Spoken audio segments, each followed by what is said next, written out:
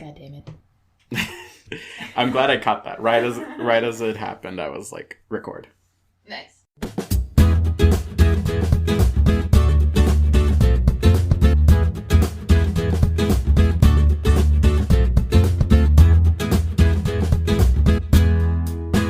Why is this always so hard? Guys, intros are really hard. They're so hard.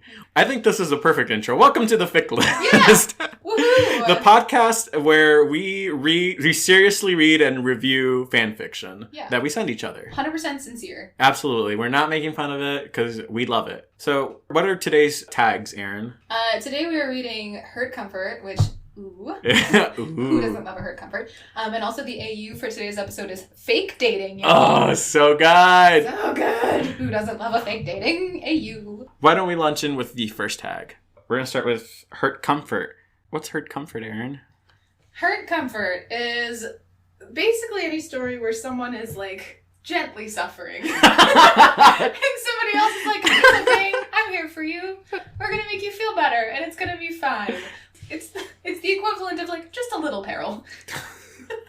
For a Monday night. The slightest amount of peril that's possible. Just a little peril. But also, the flip of that is, like, the idea of somebody comforting you. Right. So you're hurt, and then there's comfort. It's fairly self-explanatory. Right. Which is much different from real life, where it's just hurt. Okay. Woo! Hot takes on a Saturday morning. Yeah. It's not morning. It's fully afternoon. It is 3 in the afternoon. Can you tell that I woke up and then immediately jumped out of bed to get here? Yeah. I woke up at 11 a.m. this morning and went, fuck, I still have one to read. And of course it was the longest that I sent you. One, but it was really good. Anyway, so we're going to start with Hurt Comfort. Yeah. What did I send you? You sent me... That's a good question. I forget. You sent me... Took All the Trees and Put 'Em in a Tree Museum by Orban Garrow on Archive of Our Own. It is a Marvel Cinematic Universe fic. The summary is, Steve's homesick for the past, and Tony can't cope with the present. Moving on is easier when you aren't doing it alone. And it starts with a dictionary entry of the word nostalgia, which I kind of really love when fics do that. Like, right at the beginning, you're like, ooh, this is going to be important. It's a theme. Yeah. I really liked it. Yay, that's good. I enjoyed myself. So the whole thing is that, and the summary is a good starting point, but Steve... Rogers, is that his last name? Yes! Woo! Steve... Proud of you. Thanks. It's Steve Rogers, post-Avengers 1, goes to the Smithsonian every Sunday because they have an exhibit of all of, like, Captain America stuff. So it's like his old journal where he used to doodle things, his radio and stuff. And he essentially goes and he's nostalgic about it and thinks about how he really wants his stuff back. Because he knows he can't go back in time to it, but he would like to have just a little bit of it. And I don't know exactly... Oh, yeah, so he reads the plaque and realizes that it's like on all the items are on loan from Stark Industries. Because I guess Howard Stark had something to do with Captain America. I think it's the first Captain America movie? Yeah, if you remember the first Captain America movie, which Alan doesn't, I but do it's not. fine. Howard Stark is part of the team that turned Steve Rogers into Captain America. Oh. He helps. Well, in this story, Howard is dead. He's also dead in the movies, eventually. Spoiler! There's so much that you don't know. Oh, Alan. so much. A ton. Context is helpful. Indeed. So he finds out that all those items are on loan from Stark Industries, and he is like, well, fuck. The person who is running Stark Industries now is Tony Stark. He wants his items back, but the choice is, do I want to go and beg Tony Stark to give me my stuff back when, we're not on friendly terms? He's just going to make fun of me. And then I think what was it, like months? He was going to the Smithsonian for months, and then he was like, at one point he's just like, I can't take it anymore, I need to. And he like marches into Stark Industries, and there's this whole bit where he gets to the front desk and they're like, do you have an appointment? And he's like, no, I don't. And they're like, well, what's your name? And he's like, Steve Rogers. And they're like Captain America? Yeah, and he's like, yeah, can we not talk about Yeah, that? please, can I just get upstairs? Humble Steve. Humble Steve. So Sounds like a band name. It does. Humble Steve and the Cordettes or something. What was our band name last time? The Warm and Fuzzies. Oh, the Warm and Fuzzies. Humble Steve and the Warm and Fuzzies. We're just gonna keep adding to this title. So he goes to Tony, and Tony's actually like, oh, yeah, that makes sense. But the stuff in the Smithsonian is all fake. We have the real stuff. Storage. Yeah, exactly. Yeah. So I'm remembering this, Vic, as you're describing it back to me. Yep, I was like, Erin doesn't reread these, so she relies on my summaries. And Tony's real cool about it. He's like, yeah, you want your stuff back? You can have it. And then there's like this whole moment where Tony essentially reveals that Howard Stark idolized Captain America to the point where like he neglected his son. That's definitely a fandom thing. Is it? Yeah, I think it might come from the movies or the comics or something, but like that is a very common trope in this, particularly in like Stony fics. Stony fics? Oh my god. Yeah. That is the best ship name. No. Oh, Do no. you know what the best ship name is? Please enlighten me. Captain America, Iron Man, oh no, and the Hulk. Stark Spangled Banner. It's the best. Stark Spangled Banner. It's so good. That's incredible. Yeah. I love that. Yeah. Kudos to whoever first thought that up. Kudos. Yeah, that's my favorite ship name of all time. But Stoney's pretty good. Right. So while Captain America is there, he's talking about this collection of paintings or like fan art he saw online, and he was like, they're beautifully made and stuff, and he's like, I wish I could buy them, but I couldn't find the artist. And so Tony, of course, he's like, Jarvis, find them. Yeah. And Jarvis is like, here you go. I found him in like 2 seconds. Do you know how to use Google, Steve? He's like, no. What is Google? And he like projects them up, and Tony sees his own, and it has the portal that he went through in Avengers 1 in the background. And that triggers him, and he has, like, this panic attack, and he, like, rushes out, and he's like, I gotta go, I can't be here right now. Captain America's just, like, waiting for a while, and he's like, Jarvis, where is he? And Jarvis is like, he's up in his room, and I can't reach him. He's overridden the doors, I can't, like, the elevator won't go up there. Yeah. But Jarvis is like, here, follow these arrows, and then, like, lighted arrows appear on the ground, and he's like, follow them up this, like, back staircase, and, like, the door was unlocked, and he goes, and essentially Tony's talking about how he has these panic attacks about certain things, and hang on, let me find the quote, because there's something that he says that it's, like, of course, the cutest thing. Is it the, like, so I was your first thing? That sounds totally not. That's not it. You know, it's... Context is crucial in understanding that sentence, because it's not what you think it is, but I said it for dramatic effect. Right, so it's when... so Tony's talking about... explains to Cap, after Cap has essentially put an arm around him and let him shake into his shoulder. His very broad shoulder. Chris Evans, who doesn't want to be comforted by, like... Honestly! Evans, right? Oh, God. Chris Evans, if you ever listen to this podcast... Please! Please let us know! Woo! We hope this isn't weird. We're really sorry. Yeah. So he's talking about how Tony is explaining that what was his trigger, though. It was the art. And he talks about how he used to have a lot of panic attacks when he was a child, but he hadn't had them for a few years. But then going through that portal brought them back. And Steve says, oh, so Howard made you tough them out. And Tony was like, no, he would have had to be around for that. I had to deal with them on my own. And Steve says... well, you shouldn't have to. Huh. And it's like the cutest little like... and then he's like, well, I won't be around every time, but, you know, at least for tonight, let me stick around. We'll order some pizza or whatnot and watch movies. So that happens, and it's so cute. And then the following week, Cap is, like, in training or whatnot, and then he gets a text message from Tony where he's like, can't make it through this one on my own. And Steve, like, drops everything and gets on his motorcycle, because, of course, he rides a motorcycle. Yes. And he, like, speeds over to New York, which, by the way, he's living in D.C. and traveling to New York, and they make it sound like it's a 2-hour drive. It's, like, 4 hours. It is, it's a distance. It took me 6 when I drove it the last time. If you get traffic. Yeah, if you get caught in traffic, you're fucked. Oh, it was bad.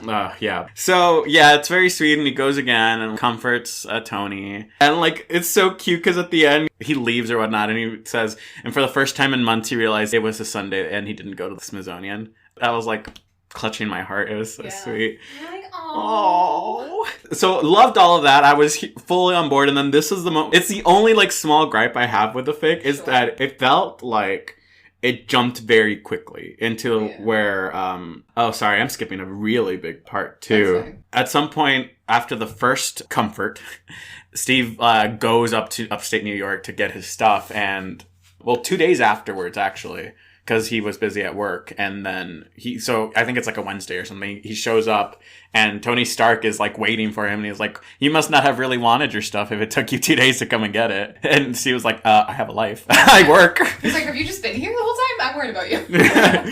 Yeah. And so he's like, I thought you were going to leave with Banner because you had like a project or something. And he's like, no, he didn't need my help afterwards. And, it's like that thing where like, I see you, Tony. I see you. You're not slick. And then they go into the storage unit and Cap looks at his stuff. And before he even like opens the boxes, he just looks at the stuff in his boxes and he realizes that it's not going to help because he's nostalgic for his life or his past. And he knows that having these things isn't going to help. Like, it's just things. It doesn't bring back the people that he misses and all of that. Right. So he's like, I think I made a trip for nothing. I don't want these things. And Tony's like, well, the best hamburgers are like 2 miles away, so at least have a good burger. So they go out and have burgers, and it's the cutest thing in the world. I love a good burger. We love a good burger pick. Burger picks are fantastic. Also, diners. Anytime diners involved. Yes. Oh my god. I need to add that. Okay, let's be real, though. Like, as friends, Alan and I talk about this all the time, but dear listeners, we are going to involve you in the truth that is diners are the quintessential American dining experience. Oh, absolutely. And they are the best thing ever. There is good. Nothing that can compare with the comfort of a diner to, like, pretty much anybody who grew up in America. I think it's, like, such a quintessential, like, comfort thing. Yeah. And also they're cheap and usually always open. And the portions are huge. Portions are there. Like, the diner is always there for you. That is the best part about the diner. Oh. Love it. The diner has never let me down. Absolutely. And there's something about being in a diner that just makes you open up to people. Like, you just have the best conversations in cars and in diners. Yep, cars and diners. So yeah, they have their little fic, and then it's the second comfort where Tony sends a text message and he's like, hey, I can't go through this one by myself. Mm-hmm. And Steve drops everything, gets on his motorcycle, and like rooms all the way over there. We're going to neglect the distance thing. Correct, yeah. It's fanfiction, we're just going to let it go. Suspension of disbelief. Yeah. Then it gets a little like, ooh, to me, where, and I don't even fully understand what happened, but I think he's at training with S.H.I.E.L.D., Steve is, and then he gets a call to Nick Fury's office, and so he goes, and in the elevator, like, the elevator is rerouted, and he hears Tony's voice being like, what does he say? Oh, it starts blasting the Star Spangled Banner. The Star Spangled Man was a plan. That's what it is, I'm sorry. Which is the song that Steve used to have to dance to. Oh! Because I don't know if you remember this from the first Captain America movie, but basically when he first became Captain America, one of the first things that happened was an assassin came to when he was transformed or whatever, and shot Dr. Erskine, however you pronounce his name, the guy who actually turned him into Captain America. And so the whole project was basically shelved, and they made Steve go around selling war bonds. Oh. Like singing and dancing and being like a showboat for the army. Ugh. And he canonically hated it, and that was his song.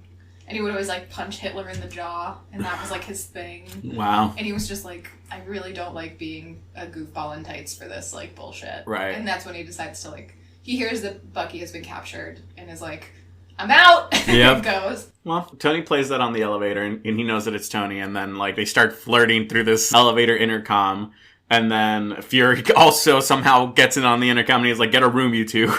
And so the elevator's rerouted all the way to the roof where Tony is leaning up against the helicarrier being like really cool or whatnot. Oh, I see what you're saying. Like Yeah. being a little quick and then Tony was like, I'm doing a grand gesture like for our first date. I thought it'd be good because a few months have passed by now. I'm sorry, I didn't realize that, but a few months have passed between Second Comfort and now, and they've been like hanging out more. Yeah. And Tony was like, so I'm gonna take you for a really great first date. And Steve was like, I thought the world's best cheeseburger was our first date. And Tony's like, oh, we've been dating for 5 months and you didn't think to tell me, which is a great line. Yeah. They're like, well, so we'll have a great second date, and it ends. Yeah. And I was like. It just felt like very quickly like, all right, we're going to tie this bow up. I feel like this fic could have either been a little longer and like gotten to this point more gradually, or it should have stopped before this. Because this is a really cute gesture, but I don't know. It was a really like sudden shift in pace. And I was like, oh. It's almost what I would refer to as a button.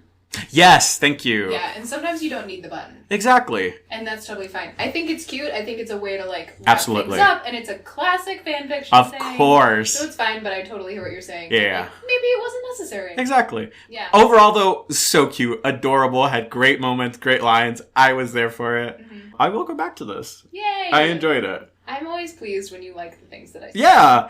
Like, so far, I don't think there's been one that I've been like, bleh. Because I'm the critical one. Absolutely. Understood that. Yeah, I'd give this, I'd say a good, like, 3.6. Nice. Yeah, I enjoyed I'll it take a good amount. So let's talk about the one I sent you. Which was Nightmares? Nightmares. Cool. So this one is called Nightmares by Keep Lovin' Anyway on Archive of Our Own, which is actually like a name that we can pronounce. So thanks, buddy. Thanks. It is part 4 of an ongoing work, according to the tags. So I don't know if that's just like different one-shots or what. Yeah, they're all like different one-shots. I didn't read the other ones. I read like one. Because I started reading these very late last night. Thank you for your commitment to the podcast. I do all of my work at the last minute. That's how I am as a person. My mother would be so disappointed to know that nothing has changed. So I'm going to read the summary. Please. Tonight is one of those nights where Phil jerks awake, heart pounding, but Dan is right there, and he calms himself with toast and tea. Misspelled. Correct. Tea like t-shirt. Tea as in t-shirt, or golf tea. Or golf tea, yeah. Not tea as in the drink. It's fine, we'll overlook it. It's a night where he stares down at the nightlife, letting himself think about how it hurts, how it is allowed to hurt, how it really is an awful experience for a partner to know that your boyfriend wants to be dead sometimes. Oh, also, trigger warning. Yes. Right now, this fic does deal very specifically with suicidal ideation and like living with a partner who experiences suicidal ideation. If that is triggering for you, if that's not something you want to listen to right now for any reason, you should definitely skip ahead and not listen to this discussion. We will not be offended. Go listen to other reviews. Listen to the next tag. Yeah, go to the next tag because this one gets a little dark. And yes. We know that's not for everybody. Right. Continuing the summary. Phil wakes up from a nightmare in which Dan attempts suicide and contemplates how Dan's suicidal thoughts have affected him over the years. That is a pretty accurate summation of this. Yeah. And it's a little darker than I thought you were going to go, which is fine. Yeah. I just don't typically read suicidal ideation fics, not because it's particularly triggering for me or anything like that. I just tend to be like, it's more of a bummer than I want. I'm like, no, I just wanted gentle suffering. That said, this is pretty damn well written. I cannot read T, spelled T-E-E, and not cringe. From the beginning, just the... was it every time? Yeah. Oh, no. This person doesn't know how to spell the word T. It's okay. Yeah. We're gonna learn. I also don't watch Dan and Phil on YouTube. This is RPF, otherwise known as real people fiction, or real person fiction, which we should talk about in a minute. But because I don't know them or their work, I had to like Google what they look like, and I was like, oh, it's these people on YouTube, but I don't like them. So it was hard for me to get into it because I think it's a little easier for me to like get into things that I know a little bit better. Yeah. Which fan fiction. But that said, it is really well done. I think this author either has experience with or did a lot of research on what therapy is like, because this is very well handled from a mental health perspective. Yeah.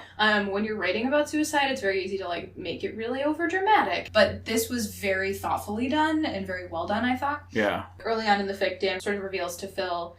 So Phil is having a nightmare and like reveals that he's had nightmares ever since he was a little kid, but they had kind of come and gone, and now he's with Dan and they're together. And at one point, after coming home from therapy, Dan had said, I had to sign a contract that I would still come next session. And Phil's like, what do you mean? Is that a normal thing in therapy? And he's like, no, I had to sign it because I have to be alive for the next one. And Phil was like, what? Like, basically doesn't say anything, but is like deeply thrown by this, as I think anyone would be. Yeah, it's shook. Yeah, it's shook. And they sort of talk it through, and they like, but Phil starts to have nightmares about Dan dying. Basically, like, pretty graphic ones about him, like, slitting his wrists and things like that. Oh, T is spelled right there. There we go. Good job. We get there eventually. You know what that's called? Growth.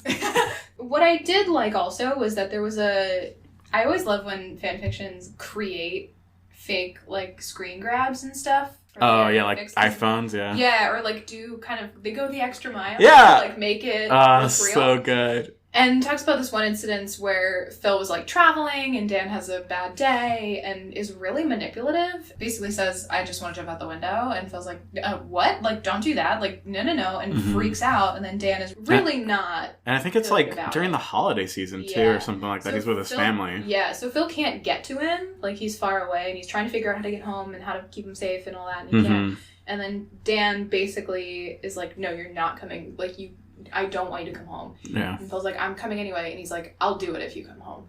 which is really gross. Yeah. But a thing that could happen, and they talk about how manipulative that was and how it was like really unsafe and unhealthy, Yeah. and how they had to work through it, which I kind of actually really appreciated. Yeah. Sometimes, I think because fanfiction is predominantly written by folks on the younger side, although that's not exclusively true, there is an idolization of some unhealthy relationship behaviors. And in this case, like, Dan didn't really get a pass for that one. Like, they had to work through it, which I appreciated a lot, because that is a manipulative behavior that, like, would not be okay in real life. So eventually, he's like, it comes back to the present moment where Phil's, like, recovering from having this really awful nightmare of Dan being dead, and he gets up and makes himself some tea and toast. Spelled however you would like. Spelled multiple ways. And then Dan wakes up and is like, wait, you weren't in bed. What happened? So he just kind of like snuggles into him on the couch or whatever. Yeah. And they talk and it's cute. Dan's like, come back to bed. Like, I'm falling asleep. And then they go back to sleep and it's okay. So it's very short, hurt, comforty. Out of 5, I would also say somewhere around the 3.5 mark for me. It was good. Solid. I probably won't go back to it, but that doesn't mean it was bad. You know what I mean? So good choice. Thank you. What really pushed me to choose this one, because I was looking for a long time, was it dealt with something that I feel like is not often, maybe not often dealt with, but often dealt with in this way. And I did read I think the next one in the series, or the one right before this in the series. And the author's talking about how this is their experience. Like, they had this relationship where they were with a partner that was suicidal. And the other work in the series is also really interesting.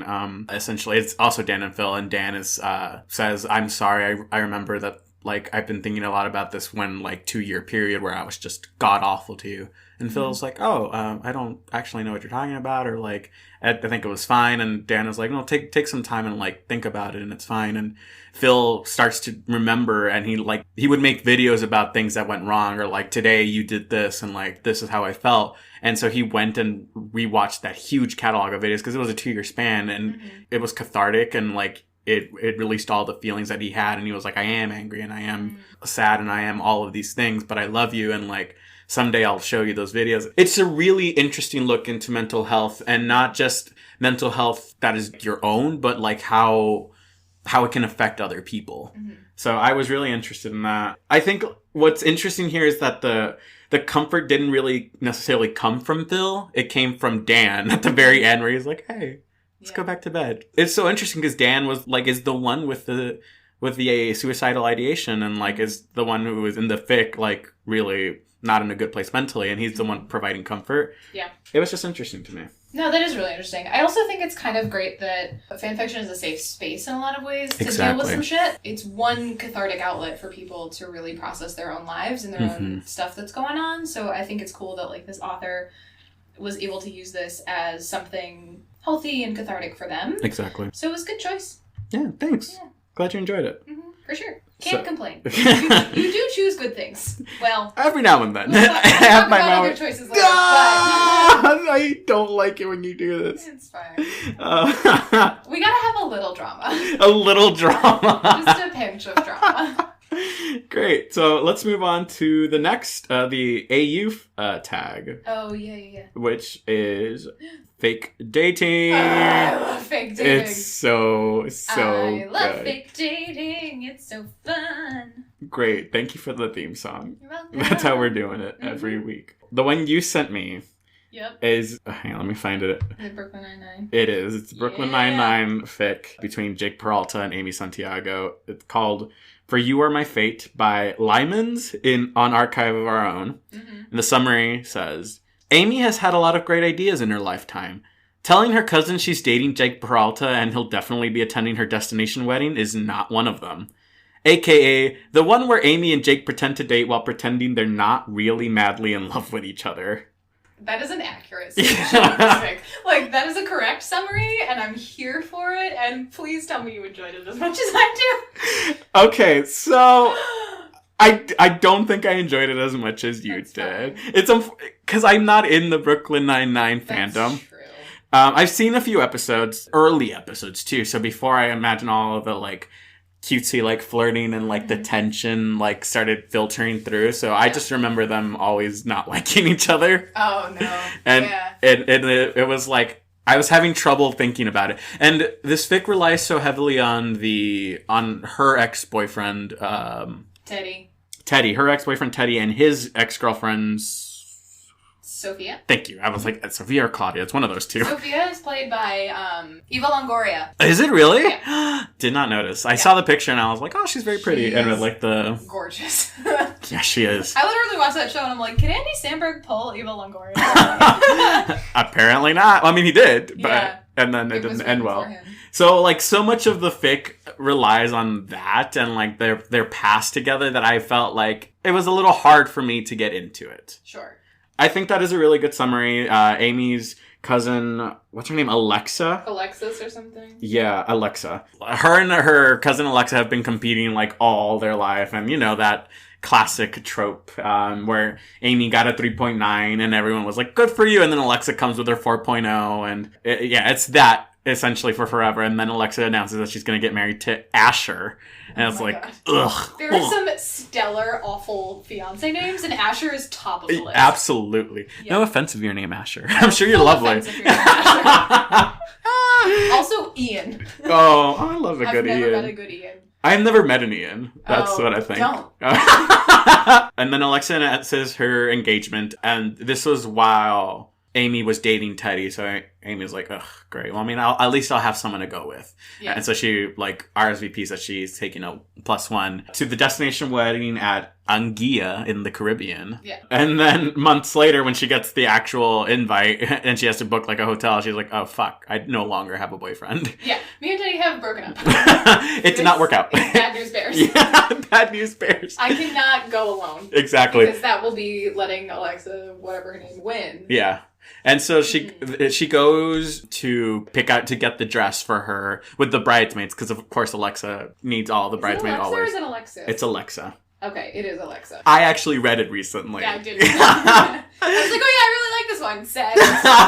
And I do really That's like great. it. Yeah. So she goes to get the bridesmaid dress with all the bridesmaids, and Alexa's like, can't wait to meet your boyfriend. What's his name? Yeah. And like all the bridesmaids are intensely staring, and Amy of course panics and like, his name's Jake Peralta. Yeah. And so... As you do. And Amy's like, fuck, now I have to like think of how to tell them we broke up or something.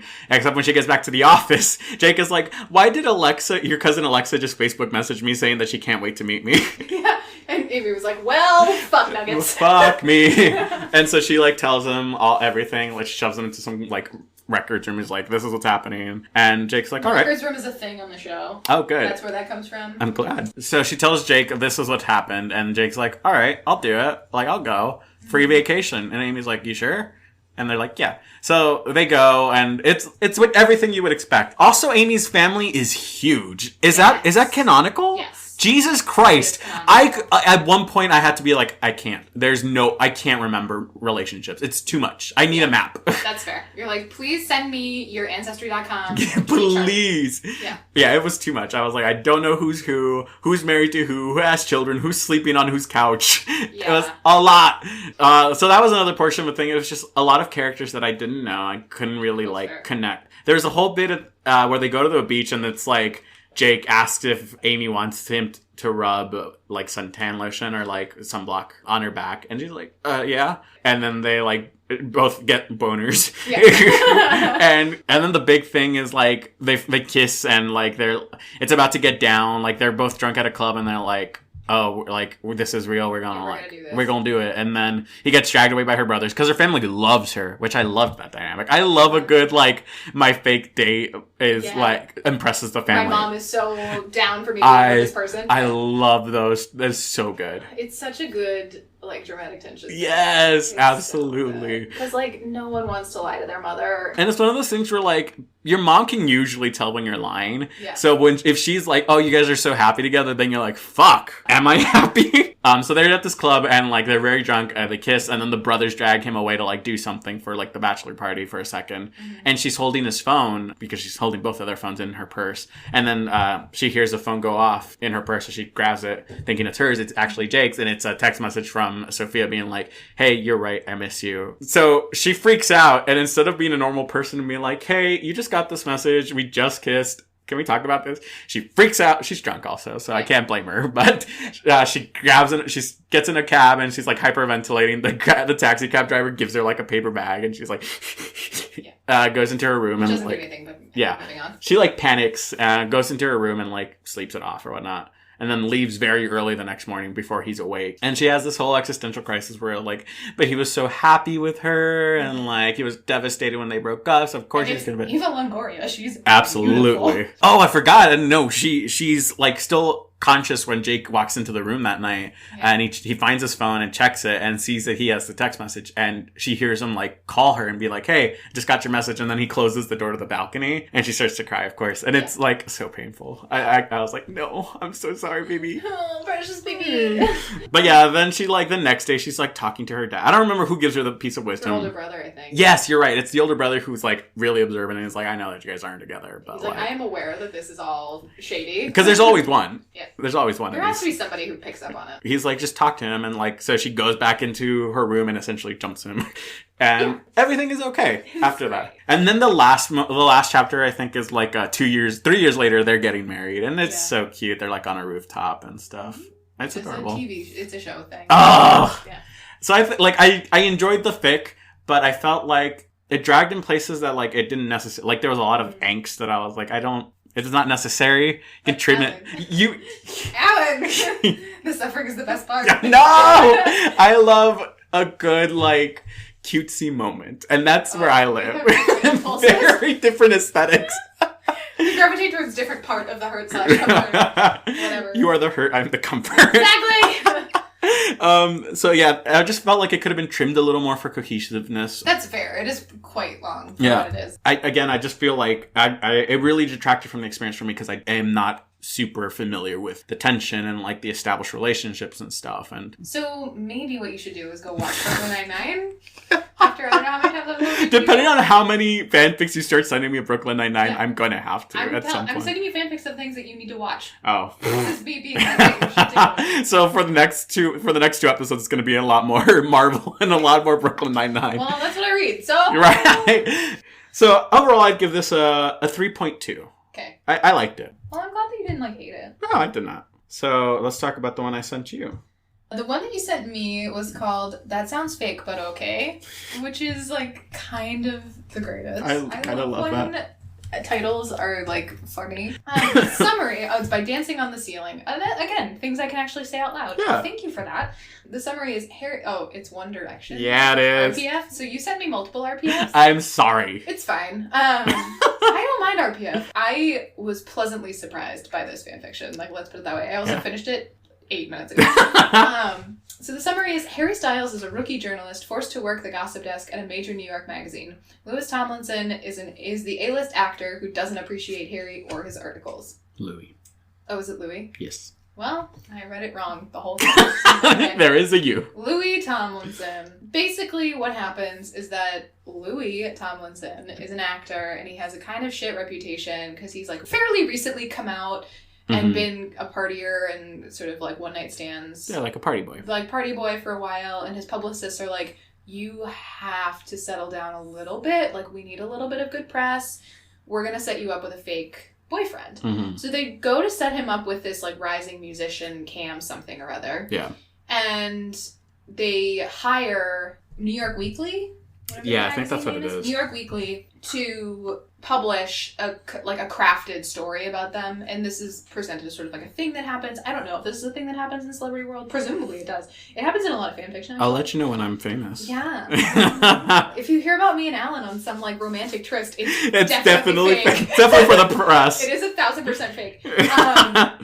So they hire the New York Weekly to very specifically cover this blossoming romance story. And Harry Styles is the reporter who is attached to this contract. Right. Harry's like, I just want to be a real journalist. This is some bullshit. Like, I went to journalism school to, like, write about, you know, like, war correspondence and all these real things. And now I'm, like, here writing dribble. And I'm like, all right, chill out. You have a job.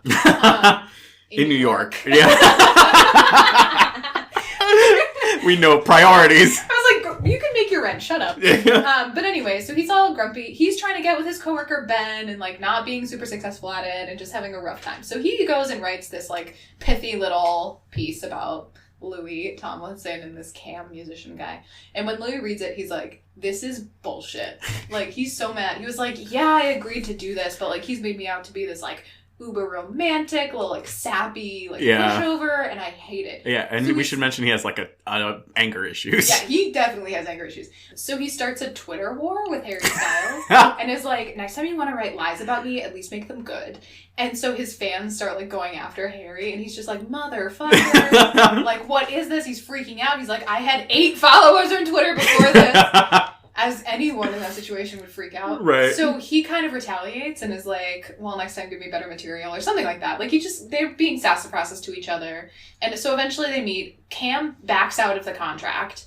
So they're like, well, fuck, like, how are we going to solve... His manager's like, how are we going to resolve this situation? We still think you need to fake date. Like, this is still, like, we're kind of up shit's creek. Yeah. And they're like, well, what if we spin it so that Harry and you have been dating this whole time, and the whole Twitter war was, like, an inside joke gone a little too public. And they're both like, no, absolutely not. We hate each other. This is bullshit. We're not doing this.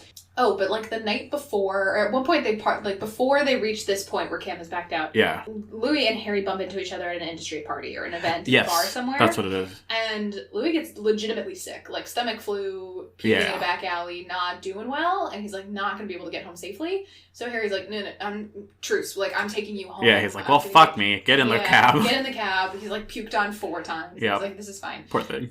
So he takes him home and, like, you know, gets him in bed. And cleans like, him up. And cleans him up and is like, I'm going to take you, like, we're at an impasse. Like, this is never going to make it to anybody else. Like, I'm sorry you're feeling so poorly. Yeah, and he stays there the night to, like, make sure that he doesn't drown in his vomit or anything. Yeah, it's like, I don't really want you to die. And as he's leaving the next morning, yeah, and he gets caught by the paparazzi, like, leaving his building, and that's why the managers are like, well, we have an opportunity. Yeah, like, there's already the Twitter war. So they turn it into, okay, well, we're gonna fake date for 3 months. Mm-hmm. And they both agree to it, albeit reluctantly. And then, over the course of the fic... Of course. They have a lot of banging sex. Yeah, they do. So much sex. So much sex. It's actually really, really well done. Right? It's actually great. They start off just kind of like friends with benefits kind of thing, where Louis is like, you know, I will prove to you that sex can be meaningless. Yeah. Which is always a fun... It's such a good dynamic. And Harry's like, I'm romantic, but sure, whatever. Yeah, he's like a little baby, like... Okay. He's like, yeah, but, like, relationships. And Louis like, no, meaningless one night stand. Yeah. So they kind of, like, get each other off, essentially. Like, don't really have a relationship. But it totally blossoms into, like, a real for relationship sure. very quickly. They both get in way over their heads very fast. And then, you know, the people around them can kind of tell that something's wrong. Or, like, some of them can and some of them can't. They meet each other's family. Yeah. Because, like, their closest friends know that they're in this arrangement. So they know that it's fake. But when they start, like, fooling around, a few of them are like, wait a minute. Like, the higher-up managers don't realize, but they're, like, Harry's roommate and friend. Liam and... is, like, very clear. He's in the band, right? Yes, so Liam is Harry's, like, roommate. Yeah. And Niall is Louis' assistant. Yeah. They're both in one direction. And this must be post-Zane's departure. Apparently, because he's not mentioned at all. And I was like, he's the only one I know. See what you missed out on, Zane. Yeah, some zany little thing. How many times do you think that man has heard that joke and wants to punch everyone? Oh, a million times, I'm sure. I'm so sorry. You'll never hear this, but I apologize for what I just said. Twitter war starts. Twitter war. It's like, please don't do that. I'm so sorry. Yeah, so, like, this was very enjoyable. It was very... I love a good slow burn. Yes. And this had some elements of some slow burn, although they did start banging right away. But like the emotional slow burn is almost better. Than it's like so gratifying. Yeah, because you're like, oh, sweet honey children. You know that you are compatible, but you will not admit it. Yeah. And like, because, you know, Louis has this ex, Aiden. Aiden is also a fantastic name for a gross ex-boyfriend. Fanfic writer. Correct. Because have you ever met a good Aiden? Never met an Aiden. Anyway, so Aiden comes along and is like a publicist, and they had, you know, Louis had been with him, like, in a legitimate relationship with him for a long time, but he wasn't out publicly. Yeah. And they broke up because he wasn't willing to come out Yeah, publicly. because Louis wasn't ready. Yeah, he was like, you know, my career's just taking off, and, like, my publicist wants me to be as neutral, i.e. straight, as possible. Exactly. And Aiden broke up with him because he was like, well, I don't want to be closeted, and this is bullshit. So they broke up, and, you know, ever since then, he had been kind of on this party boy lifestyle or whatever. And then Aiden shows up around and is like, well, I always assumed that if you were going to have a real relationship and be public about it, it would be with me. And Harry punches him. Because it's so great because he shows up and he's like, to confront Louis and be like, hey, what the hell? Yeah. And Louis is like, oh, no, you got it wrong. It's fake. Yeah. And it's the same night that Louis and Harry had just been texting like, hey, come over at 7. We're going to have sex. Like, no more hand job, blow jobs. It's like actual penetrative sex. Yeah. Well, also, he was like, when are you going to let me kiss you? Oh, that's right. Let me kiss you. And Louis was like, tonight, 6 o'clock. And he was like, motherfucker. And like showed up. He was like, I am here for this. But Aiden beat him to it. Oh, the ultimate cock block. It's the worst. Yeah. And so then Aiden like tells Harry like, oh, hey, you don't have to like pretend to be like the caring boyfriend because I know. It's cool. Don't worry about it. And of course, by this point, Harry is like, no. Harry's like, I don't want to admit it, but I have stronger feelings for you than just fake dating and kind of screwing around. And they go to this like club, and they're all together because Louis can't just hang out with Aiden because then people will be like, who is Louis hanging out with without his boyfriend? So Harry goes so that they can hang out. And Aiden gets very like handsy with Louis and like is grinding up on him on the club and like clearly provoking Harry. And that's one of those moments where usually in fanfic, like the character will be like storm out angrily and the other character will follow. Not in this one. Harry literally punches him and it's the best. It is so satisfying. It's so good. It's so good. And it's well done too. Because he like has the right reaction, I think. And I mean like a reaction that I think is really fits within the scope of the narrative where they've set up Harry to be very like pacifistic and he's the Dalai Lama is his quote, his bio quote on Twitter.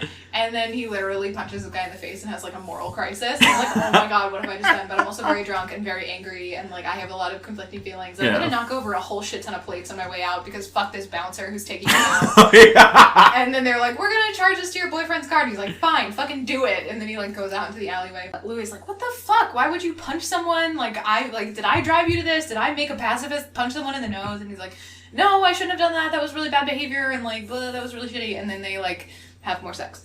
That's like the resolution of everything. By the end of it, Louis and Harry confess their love for each other, whatever. Yep. And then Harry basically, they have like one final night together after they've sort of said, we're together and it's great. Yeah. And then the next morning, Harry pieces out, like leaves the country. Yep. And I was like, what the fuck is this? Yep. What is this? So he like drops everything. He decides that he doesn't want to work for this company anymore because it's like really like a bunch of shit has happened and he's not happy with it.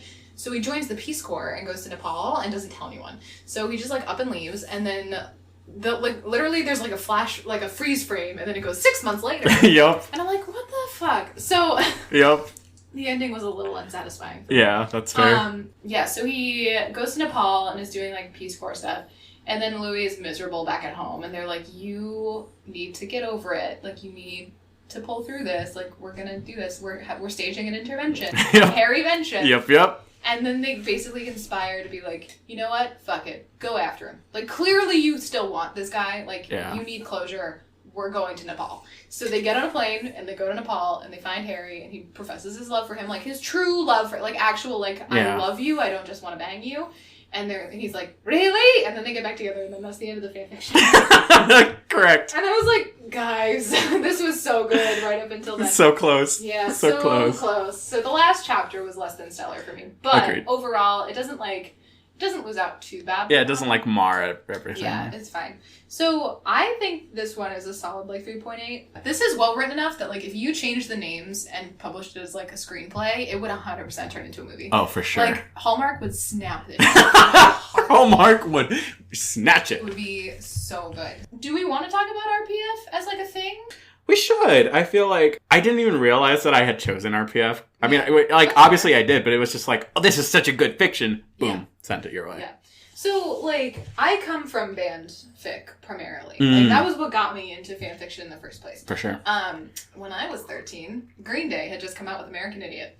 And my little heart went to pitter-patter. And I read a lot of, like, Green Day, Panic at the Disco, The Academy is, Fall Out Boy. Wow. So, I think until I got into Glee, I was primarily a fanfic person. Yeah. So the idea of RPF being problematic or otherwise weird didn't even occur to me until somebody said it later on Tumblr, where it was like, RPF is really problematic. And I was like, everything on Tumblr is problematic? You need to justify your position. But there is a point to be raised that like, there is a difference between taking someone's characters and writing new things for them that may or may not be, canonical, and taking real people and putting them in fictional situations that may be, contrary to their personalities or their wishes or whatever.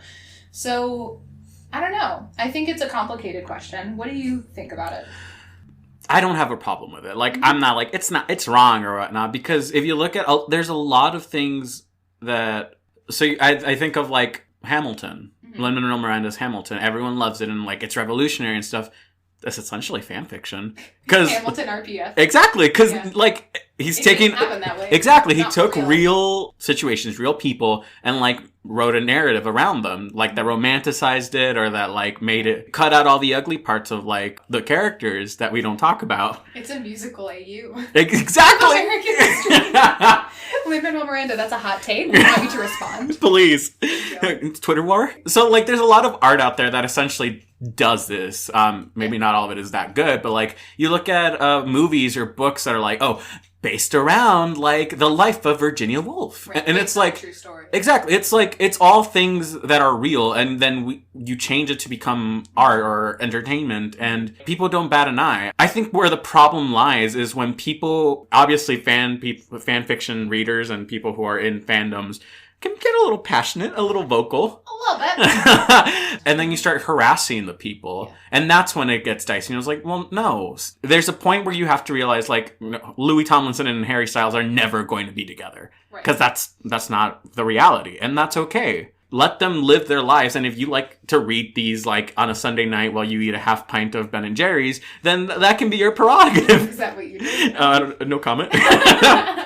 But yeah, so I think that's where the problem lies for me, is like when those lines start blurring for you and like, I don't know what's real and what's not, and like, I'm gonna get really angry and like tweet and like all of this, then that gets rough. And it's also a thing of like, when people don't realize that what you do online matters. Like when you tweet something and you're like, oh, but it's just a tweet. And I was like, well, yeah, but it's like, it's real people. Someone read that. Like the person involved read that. It has consequences. Yeah. So that's where it gets dicey for me. Is it bad? No, because everyone does it, and that's fine. I'm with you. I think that's a good way of sort of parsing through it. I do think it's interesting that there are some celebrities who actively engage in the fanfiction culture. Right. There is a reality where someone might come across your fanfiction of them. Absolutely. And I think when you engage in that way, when you are a celebrity, like that kind of comes with the territory. Absolutely. Because you become a public figure, and it's about the utilization of your public image, not necessarily you as a person. Exactly. But when it does start to negatively impact your life, when people start harassing you, yeah. That's when it becomes problematic, and that is deeply unfortunate. Right. That's not cool. But like, live your RPF life. Absolutely. Like RPF is great, and also like sometimes it just makes for really good content. Yeah, exactly. Like, do I read Chris Evans' RPF? 1,000%. Would I ever tell him that? No. Don't listen to this podcast. Hey, Chris Evans. But maybe do. Right. I don't know what I want you to do. Bring Dodger over. I have unclear expectations of what I want the relationship to be. Anyway. We definitely need to do fake dating again, though, because it's such a good trope. Well, yeah, that, and so I found this other one that was like, it was almost perfect, like where I was like, this is it. But it was for a fan. So a little look behind the curtain. We do 2 episodes at a time, and we choose 4 fics for the 2 episodes. I had already chosen this fandom for one of the other fics for the next episode, and it was the same fandom, and I was like, I can't do this, but it's so good. Yeah. So I have it in my back pocket for whenever we do this again. Cool. Which we will. Absolutely. Because fake dating is like one of those AUs that is just such a good. It's so good. That's about it. That's an episode. Yeah, that is an episode. All right, on to the next. Do we do an outro? Bye.